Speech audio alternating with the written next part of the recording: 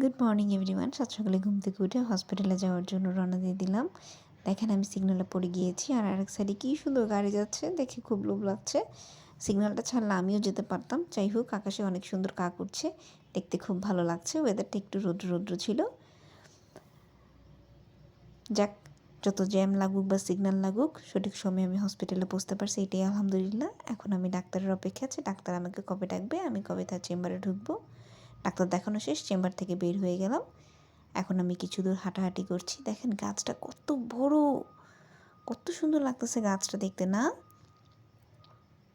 Jam না থাকলে রাস্তাটা কত সুন্দর লাগে দেখতে, কারণ গাড়িগুলো খুব ইজিলি আপ অ্যান্ড ডাউন করে, ভালোই লাগে।